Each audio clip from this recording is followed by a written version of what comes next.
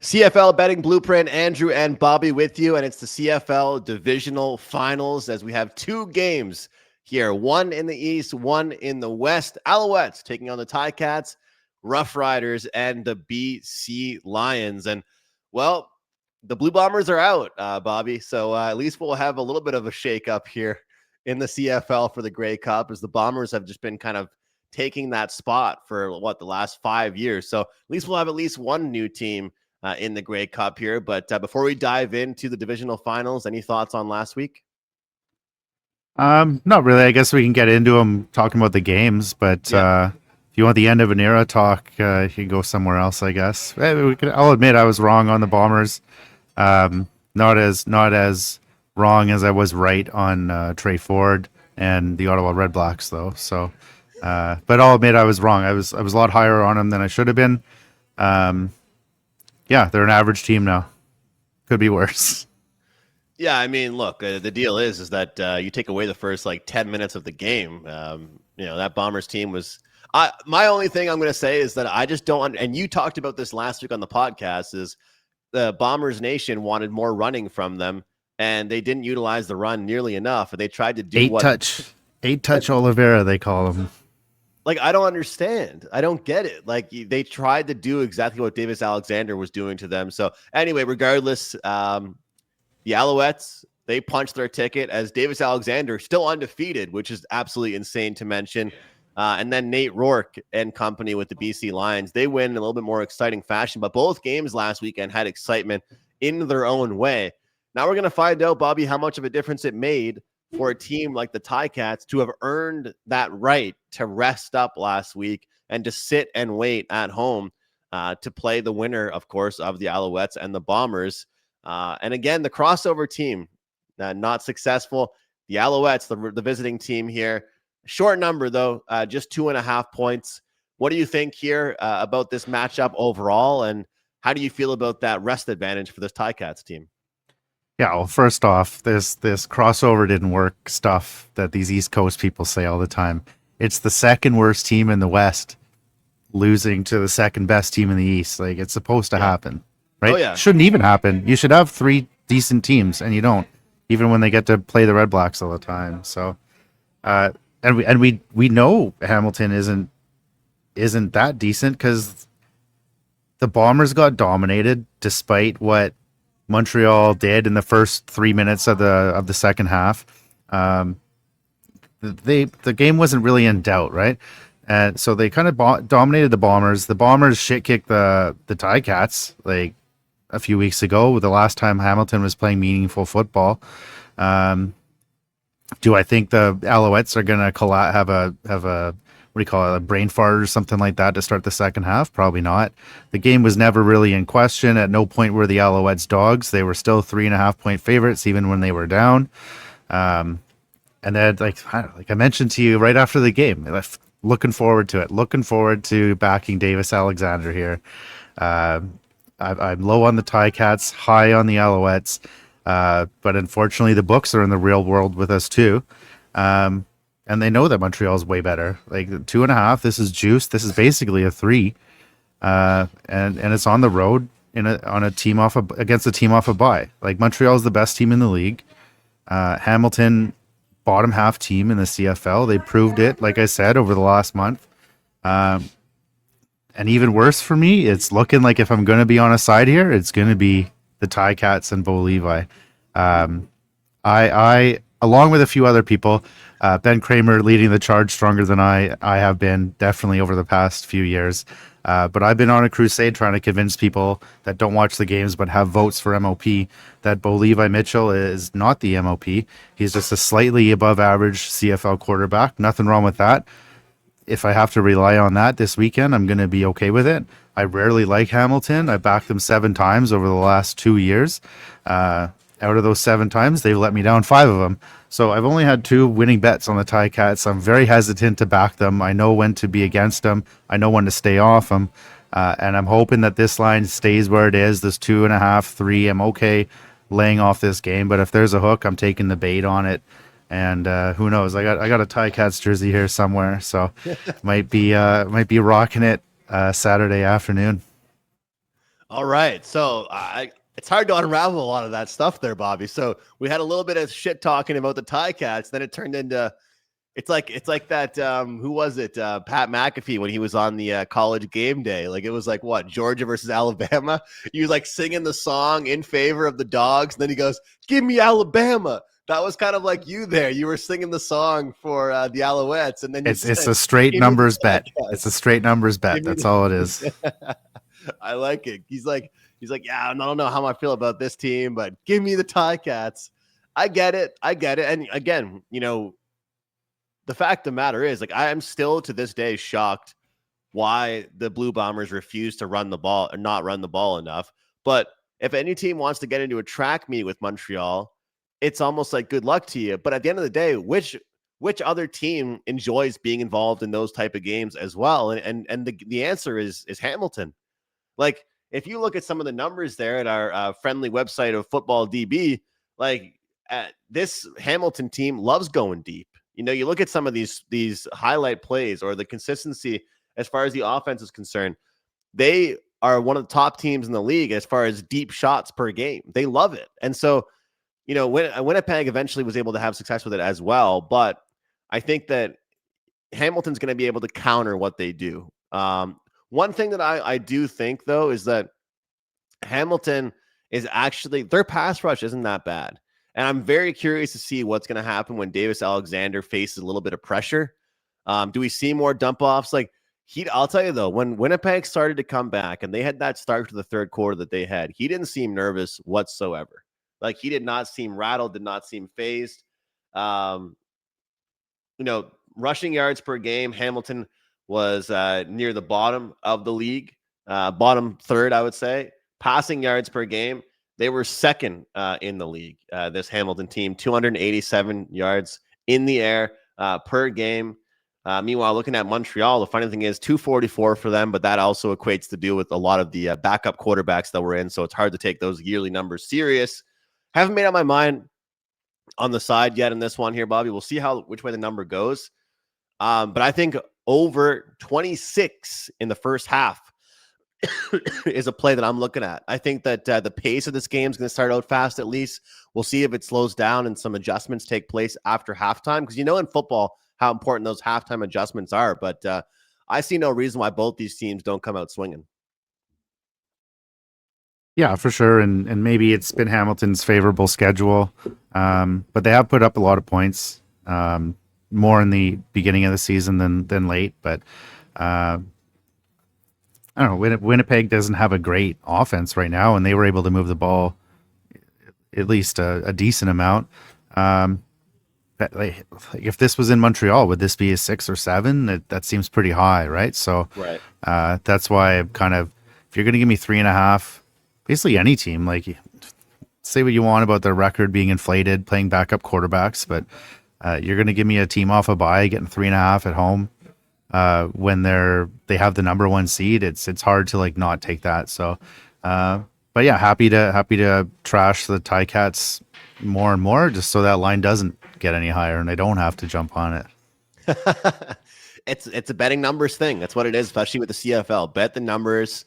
As of right now, and something I'm going to be monitoring is what happens with this total movement, because most spots right now, besides DraftKings, but you know how DraftKings are, they favor to favorites, they favor to overs. So it's kind of hard to take them serious. But most spots right now are showing a flat 26, slight shaded towards the over in the first half. Some of these were 24.5, 25.5, 26 for some of these high ones, total being 52.5. I prefer to bet a lot of times in the CFL, Bobby. I would prefer to bet the full game because there's going to be those the late pushes, and maybe this team needs a touchdown. They're going to go for it, not a field goal. But I just think that early on, there's going to be both teams pedal to the metal, and not as much of okay, we went into halftime, we make some adjustments, we figure out what's going wrong. Maybe we run the ball more. Maybe Hamilton has the lead and they stop throwing deep as much. So that's why particularly I'm going to be looking towards the first half over in this game. And I got to say, like, Montreal couldn't miss on a deep throw that they made against Winnipeg. Like, I'm not sure they're going to go like 5 for 5 in their first 5 30+ yard passes, but Davis Alexander certainly made it look pretty easy. But I do give the edge in a sport like football for a team that does get rest. It is a huge advantage. And Hamilton playing at home, we know our guy Ian Cameron's gonna be fired up. They get that home playoff game. And hopefully me and you will have him on for our Grey Cup show again, because that was really fun last year. So we'll see what ends up happening with that one. Guys, if you're watching on YouTube and you watched all year long so far, make sure you're subscribing to the channel at Wager Talk TV. Also hit the like button and make sure you're following Bobby at Mr. Surrey Jack, giving you guys all kinds of CFL information as well as those great MOP bets, which we hope you guys followed along with this season. And myself, of course, at McInnis Picks. All right. Lions at Rough Riders. Bobby, full transparency, I told you I did not catch the end of the game because I was focused on the Blue Jays and them losing the World Series, which I'm sure you were so happy about as a Mariners guy. But they end up winning it in kind of walk-off fashion there, 33-30. We get the team total bet, so I was happy to get that winner at least there. But the Rough Riders, similar to the Ticats, they've had the week off to sit, plan, relax, and get ready for their divisional final matchup. And I kind of feel bad for how much I'm bringing up Winnipeg on this show, but this is a chance here for both these teams. Winnipeg has been in the way for both these teams for years, and now one of these teams get to check in to the Grey Cup and punch their ticket here. And it's I gotta say, it is kind of hilarious. The Grey Cup is in Winnipeg. I mean, it's just how it always works out, man. It's how that stuff always works out. But what do you think about this number overall here? There's 3.5 here on this spot. Obviously, Rough Riders, some might argue they do have that really good home field advantage. But are you interested in backing the favorite or the dog here? Well, it seems like a broken record. How many times have we said this year, like what happens when everybody's high on Saskatchewan? They tend to just completely collapse the following week, right? So I'm not totally off them. Like there's a lot to like, and not for the reasons you'll hear from the people that are always proven wrong when they give their analysis or make their picks or whatever. It's things like the O-line is finally getting healthy. Yes, it's been all season probably. The secondary got banged up late in the year. They've used the rest of their advantage. It's actually been a huge benefit to them getting Milligan probably back at full health, who was the defensive player of the year last year. So I'm not totally down on Saskatchewan like I usually am. I do consider them still they're still the second best team in the league. And BC on the other hand kind of squeaked by Calgary according to most. I didn't think the game was like one-sided or anything. I even thought BC was the better team. Lots of DNPs on their practice report, but same as last week. These are the same guys that were arrested last week and play even the last few weeks. These are just routine things. So nothing to really be concerned about. If you're looking at that, even tell that to one of the guys who's there, and he doesn't even know that that's not a concern. So I won't mention his name. I took him off my CFL list today for don't want to get any dumber, right? So I'm always cautious to back BC. I think I might still have a little bit of a bias in there too. I wasn't really backing them last week. I was leaning Calgary.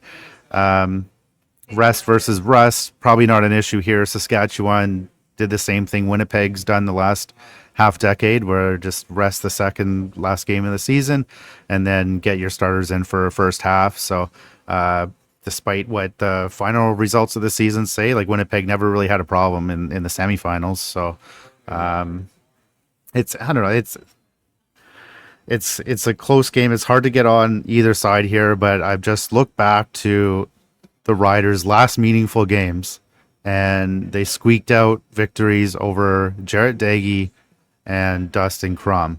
And for that reason, I don't think they should be laying more than a field goal, or even a field goal. There is some home field advantage here, but maybe BC is as good as everybody says they are.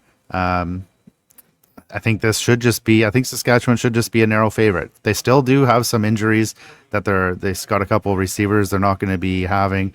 They aren't full strength as BC is, even though Gary Peters and TJ Lee are always questionable to go throughout the week, they always end up starting. So It's I think this should be close to a pick. Saskatchewan may be slight favorite because they're the home team and have some rest. But even with all that considered, I have a really hard time getting over 3. So if there's 3.5 still available, that's great. I'd even still recommend it at 3, because some of these sites do adjust as soon as some people make bets with a certain amount of volume, I guess. Yeah, that's exactly right. Especially this time of year. I mean, the lines are going to. The thing is, too, I will say, if anytime you can get a 3.5 in a CFL playoff game, especially a divisional game, I'm kind of interested in it. But this Saskatchewan team is weird to me because I always thought of them as kind of a bend don't break team that's going to give up a lot of field goals. You know, they're going to be really good defensively in the red zone.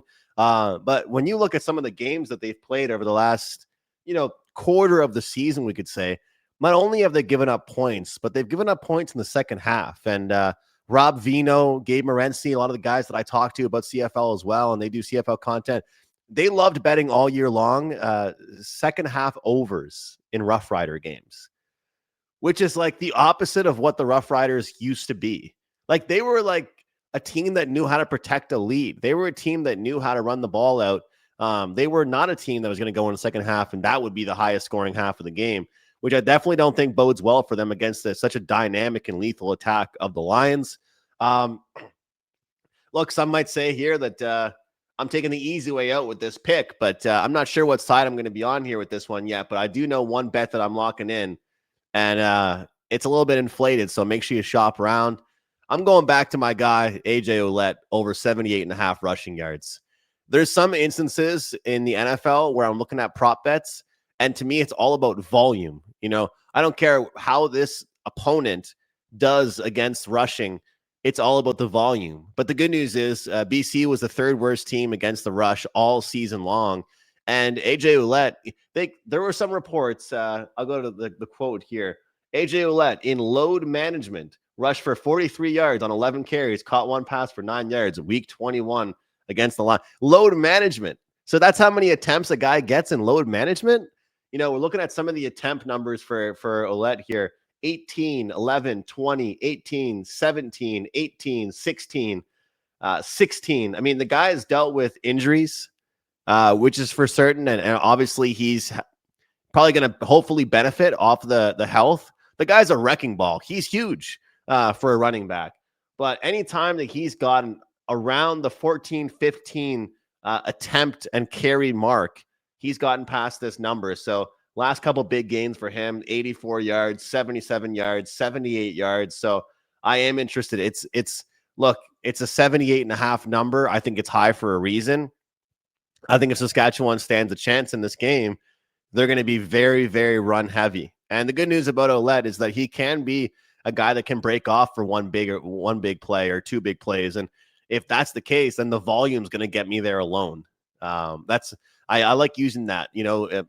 Maybe I don't love this guy to have a bunch of big plays, but the volume will get me there alone. If he ends up getting one or two rushes that are, extended 5+, 10+ yards, I think we feel really good about that one. So, how you feel about my guy from Atlantic Canada, the kicking situation? What's the deal with the Riders as far as that's concerned? I don't mind him.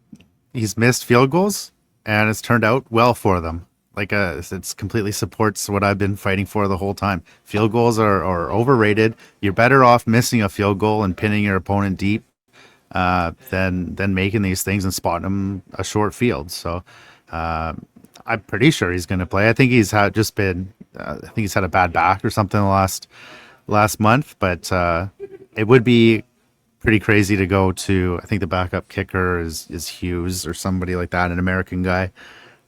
Pretty crazy to switch kickers to a guy I think he's played like one meaningless game in the CFL his entire career. So I think you ride with him, and honestly, you shouldn't be kicking field goals, shouldn't be kicking extra points either. So there's a few people jumping on that train, including a big guy in Ottawa, what is it, Ellingson or whatever his name is. I don't know. He's host the post game show, and all you hear every week is what the hell are they doing? So no field goals, no extra points. Use them for onside kicks and kickoffs. Great. And if you got a field goal in the last couple minutes of the game, I'll allow that too.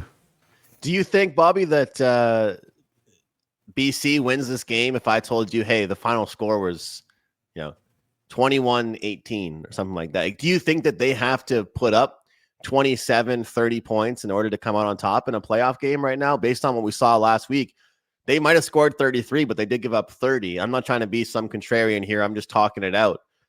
Is this team capable of winning a game that goes under the total? I think so, because like their defense has been a lot better, but then again, like what is a good defense giving up 30 points to Calgary last week at home?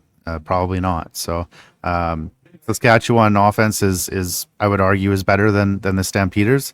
At least there's a few more weapons. I think like Calgary's receiving core was pretty banged up all year. Saskatchewan's has been too, but they seem to have like 10 like good receivers on the team. Yeah. So yeah, I think I would guess like if you'd think like if BC's going to win this, it's gonna be outscoring. It's not going to be playing defense. And honestly, I don't think that they're going to be held to that low of a score against a Riders defense that even when they're at full strength still gives up big plays in the passing game.